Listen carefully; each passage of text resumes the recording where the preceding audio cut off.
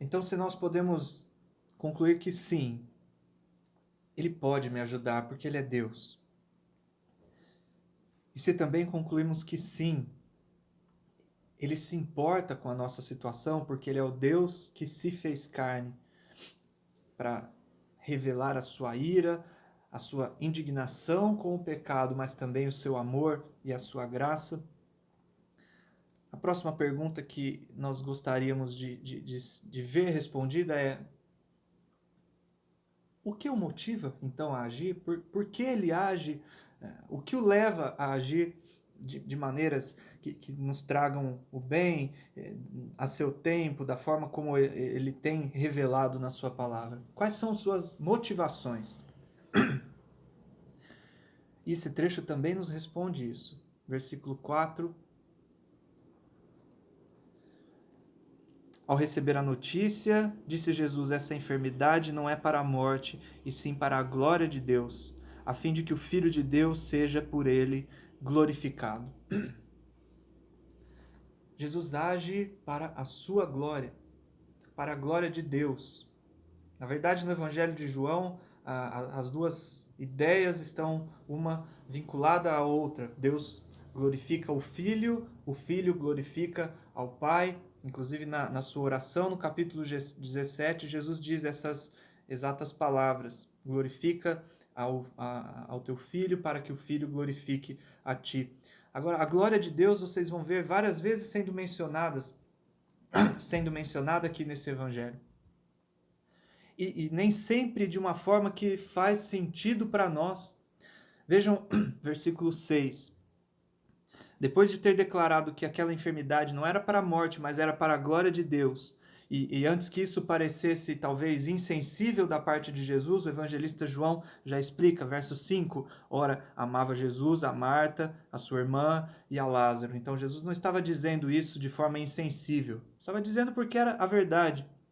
Porém, verso 6, quando, pois, soube que Lázaro estava doente, ainda se demorou 2 dias no lugar em que estava.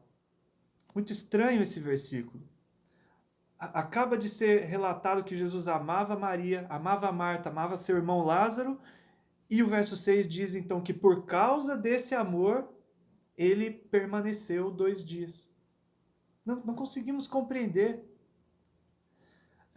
Se estivéssemos ali, talvez, Senhor, o Senhor não está entendendo, o Senhor precisa fazer alguma coisa, o Senhor precisa agir logo. Lázaro não tem muito tempo. Até aqueles que creem profundamente em Deus, em Jesus, como as suas irmãs demonstraram nesse trecho, responderam da mesma forma. Versículo 21 e versículo 32. As duas irmãs disseram a mesma coisa: Senhor, se estiveras aqui, meu irmão não teria morrido. Por trás da fé delas, por trás do amor delas, ao mesmo tempo elas estavam dizendo: por que o Senhor não veio antes? Por que o Senhor não veio antes? Se o Senhor tivesse vindo antes, meu irmão estaria vivo. Perceba como, até para aqueles que creem profundamente no Senhor, muitas vezes, os caminhos do Senhor agindo para a sua própria glória são incompreensíveis para nós. Seus próprios discípulos, primeiro quando Jesus anuncia que vai voltar para a Judéia, verso 8, seus discípulos dizem: Mestre, ainda agora os judeus procuravam apedrejar-te e voltas para lá? Não só aqui, mas quantas vezes ao longo dos evangelhos nós vemos os discípulos, de certa forma, censurando aquilo que Jesus estava fazendo, apesar de todas as demonstrações que ele deu, que ele sempre agia para glorificar a Deus, de acordo com a vontade de Deus, no tempo de Deus, e ainda assim ele era questionado. Ainda assim ele era questionado. Por fim, eles obedeceram, mas Tomé explica de forma magnífica o espírito com que certas vezes, com que em certos momentos nós obedecemos ao Senhor. Versículo 16, Tomé diz: vamos também nós para morrermos com ele. A forma com que Jesus age, mesmo tendo provado que o seu poder é divino, que o seu conhecimento é divino, e por causa disso já há motivo suficiente para que nós confiemos nele, mas ainda assim nós não compreendemos o seu modo de agir.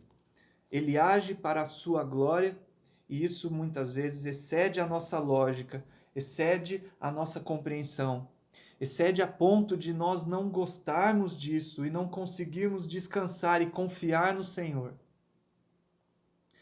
E às vezes, até mesmo essa frase pode parecer para nós, de certa forma, egoísta.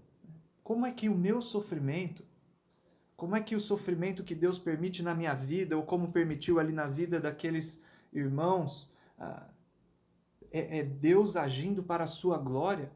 Por que Deus precisa do meu sofrimento para a sua glória? Por não compreendermos, por não gostarmos, por esquecermos que isso está muito além de nós, muitas vezes nós agimos até com um sentimento de desgosto, de até uma certa ira para com Deus, uma teimosia da nossa parte em não aceitar a sua vontade ao seu tempo para a sua glória. Mas o trecho também nos explica por que é que o nosso sofrimento muitas vezes serve para a glória de Deus. A outra menção de glória nesse trecho está no versículo 40, quando Jesus disse, tirem a pedra, e Marta falou, Senhor, mas já cheira mal, já é mais de 4 dias que ele morreu, então já está cheirando mal. A resposta de Jesus foi, Marta, eu não te disse que se creres, verás a glória de Deus?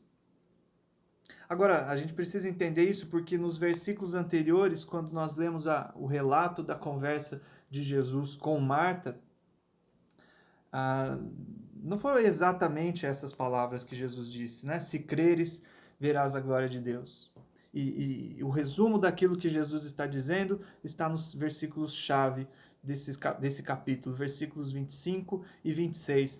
Eu sou a ressurreição e a vida. Quem crê em mim, ainda que morra, viverá.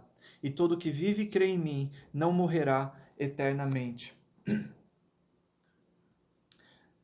Jesus disse 2 coisas ali para Marta. Primeiro ele disse, eu sou a ressurreição. E ele disse, eu sou a vida. Apesar de relacionados, são 2 ideias aqui. E a explicação está nas próximas frases. Eu sou a ressurreição significa, quem crê em mim, ainda que morra, viverá. O que Jesus está dizendo por eu sou a ressurreição é que aqueles que creem nele, um dia, ainda que morram fisicamente, serão ressuscitados. Em segundo lugar, Jesus está dizendo, eu sou a vida. E a explicação é, todo que vive e crê em mim não morrerá eternamente. E nós precisamos entender que há uma diferença aqui, porque a primeira frase diz, ainda que morra, viverá. Ou seja, Jesus está admitindo que há para algumas pessoas a possibilidade da morte física, mas que mesmo que essa morte chegue, eles serão ressuscitados. E a segunda frase diz que quem crê nele não morrerá. Então fica claro que Jesus está falando de coisas diferentes. Na primeira frase, a morte é uma possibilidade, mas na segunda frase, essa morte nunca vai acontecer. O que Jesus quer dizer é que aqueles que vivem na expectativa, na esperança da ressurreição física, vivem desde agora a vida eterna. E isso só é possível para aqueles que creem nele. Quem crê em mim, ainda que morra, viverá. Todo que vive e crê em mim não morrerá eternamente. Então a expectativa da ressurreição futura, mas também aquela vida que é a que nós devemos e podemos viver hoje, já, só é possível para quem crê em Cristo. E é por isso que a sua glória precisa ser manifesta. Para que nós saibamos em quem nós precisamos crer. Já mencionei João 1:14, o Verbo se fez carne, habitou entre nós, cheio de graça e de verdade, e vimos a sua glória. Glória como do unigênito do Pai. Capítulo 2, versículo 11, ali é o primeiro sinal, o primeiro milagre que Jesus faz. a transformação da água em vinho, e no final, nesse versículo 11, nós lemos que ele manifestou a sua glória e seus discípulos creram nele. E ao final do Evangelho, lá no capítulo 20, versículos 30 e 31, João diz que Jesus fez muitos outros sinais, mas que ele escolheu relatar esses para que, através desses sinais do relato, quando lermos e vermos aquilo que Jesus fez relatado nesse Evangelho, nós possamos crer que ele é o Filho de Deus e, assim, crendo, tenhamos vida em seu nome. É o que Jesus está dizendo aqui. Ele veio para revelar quanto ele se importa com a nossa situação. Ele é o Deus Todo-Poderoso, que encarnou, aceitou a limitação humana, aceitou viver como um homem, com a sua glória escondida de forma geral, mas em momentos específicos ele revelou a sua glória para que nós possamos saber em quem é que podemos crer, quem é que tem a capacidade, quem é que tem que é suficientemente poderoso para nos salvar do pecado, nos salvar dos seus efeitos, nos salvar da morte. Quando nós estamos num cinema, por exemplo, lateralmente há aquelas saídas de emergência, e sempre você vai ver que na saída de emergência um letreiro, uma luz vermelha piscando forte. Por que é que nós fazemos isso? Por que é que as saídas de emergência estão com uma luz brilhante, forte? Porque nós precisamos ver aquilo que pode nos salvar. Por que é que quando eu paro meu carro numa estrada com algum problema, eu ligo o pisca-alerta? Eu devo ligar pelo menos, né? O pisca-alerta. Por que os extintores estão sempre pintados na cor vermelha? Porque nós precisamos ver, precisamos enxergar aquilo que pode nos salvar. Por isso, quando Jesus trabalha para demonstrar a sua glória, quando ele age de forma que a sua glória fique evidente, inclusive no nosso sofrimento, ele não está apenas demonstrando aquilo de que ele é digno de ser glorificado, mas não é apenas uma demonstração, uma exibição da sua glória. E sim, é a realidade de que nós só podemos ser abençoados se vermos a sua glória e crermos nele. Se através da revelação e manifestação da sua glória eu chego à conclusão, ele é o Filho de Deus, é nele que eu devo crer. Então a manifestação da glória de Deus é para que eu creia, porque o meu bem depende disso, depende de crer nele, que ele é o Filho de Deus. Só assim eu posso ser salvo. É só ele que pode me salvar, mais ninguém. E para que isso fique claro, a sua glória e a de ninguém mais precisa ser manifestada, inclusive no meu sofrimento. Como eu disse no começo, essa era a compreensão de Robert Schneider. A glória de Deus manifestada na nossa vida, ela vai ser a luz que os outros vão enxergar para que eles saibam em quem eles devem crer. Quando eu estiver passando por sofrimentos, por situações onde humanamente não havia nenhuma esperança, mas eu demonstro a minha esperança e a minha fé fixa naquele que é a ressurreição e a vida, e por causa disso eu vivo já a vida eterna. A minha vida ela é vivida de uma maneira que a morte não tem poder sobre mim. Eu estou demonstrando a glória de Deus em mim. Os outros vão olhar e os outros vão saber em quem é que eles podem crer para que vivam essa vida eterna, para que vivam na expectativa de que ainda que morram, serão ressuscitados. Não é apenas o nosso destino, apesar de estar garantido, mas é também uma identidade compartilhada com Cristo. Nosso destino está na frase, ainda que morra, viverá. Mas a identidade da vida eterna, que pode ser vivida hoje, está na frase, não morrerá eternamente. Então, se compreendemos que sim, Ele é Deus, Ele pode nos ajudar. Sim, Ele se importa conosco, veio a esse mundo para provar isso. E que Ele age para a sua glória porque nós precisamos compreender exatamente essas mesmas verdades. Só o Filho de Deus poderia nos salvar. A corrupção desse mundo é tão grande, tão profunda, os efeitos do pecado estão tão arraigados na criação que mais nada, a não ser a morte do Filho de Deus, pode nos restaurar. Por Por isso ele veio e por isso a sua glória precisa ser demonstrada, precisa ser manifestada.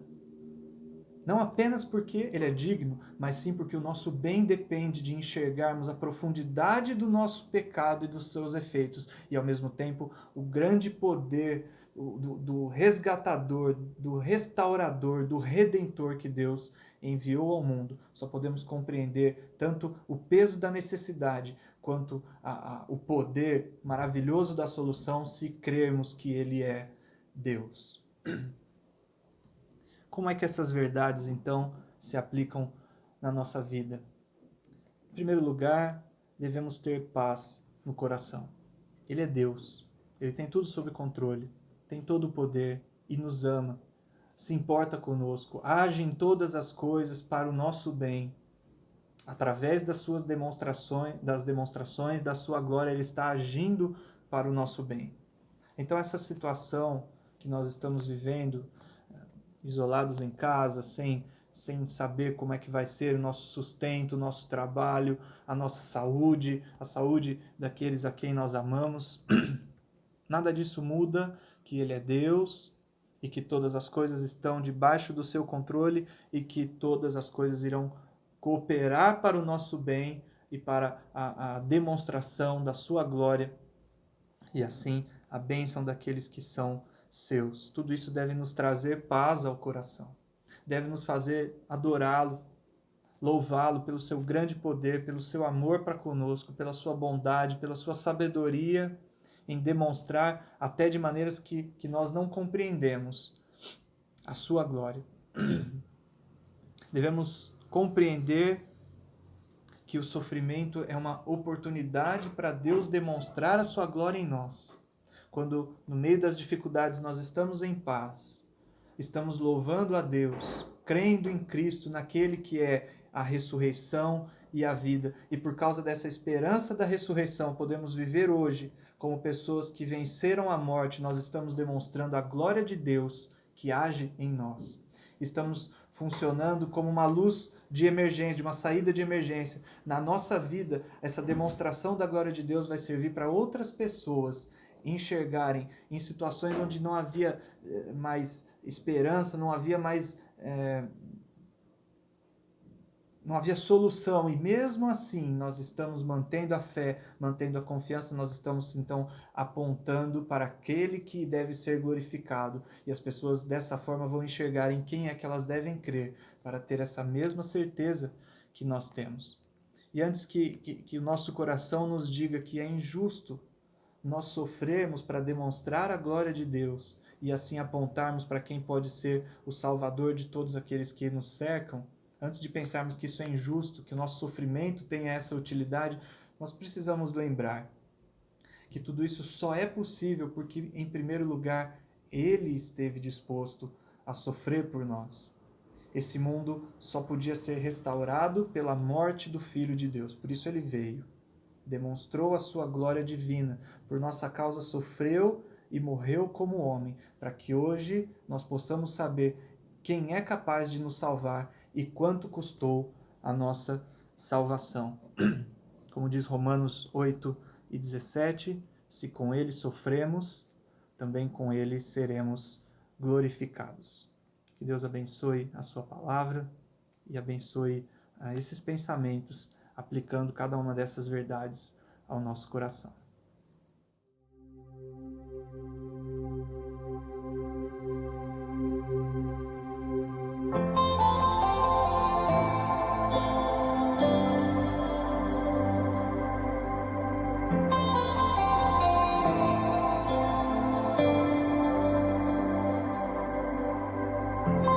Tu és tudo que eu mais quero.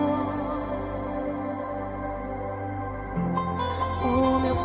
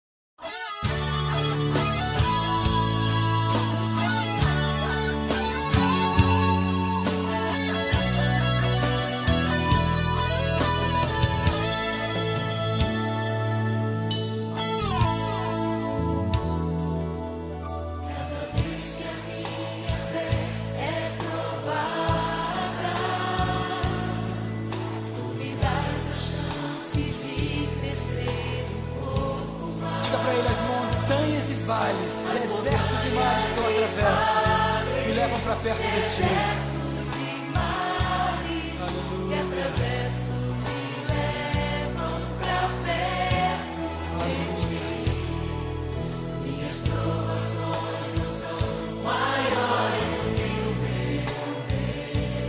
É verdade, as minhas provações não vão me impedir de caminhar.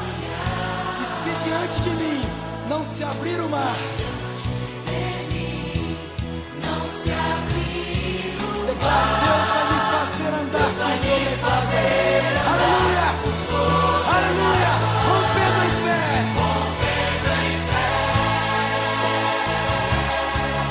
Minha vida se revestirá do Teu poder, rompendo em fé. Diga com ousadia: eu vou mover no sobrenatural. Oh, eu vou lutar e vencer. Ó Senhor, eu vou plantar e colher. E a cada dia eu vou viver rompendo em fé. Aleluia. Aleluia, Pai.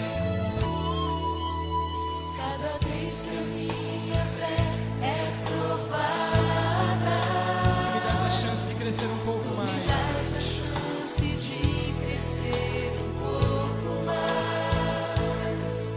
As montanhas e vales, desertos e mares que atravesso me levam pra perto de Ti.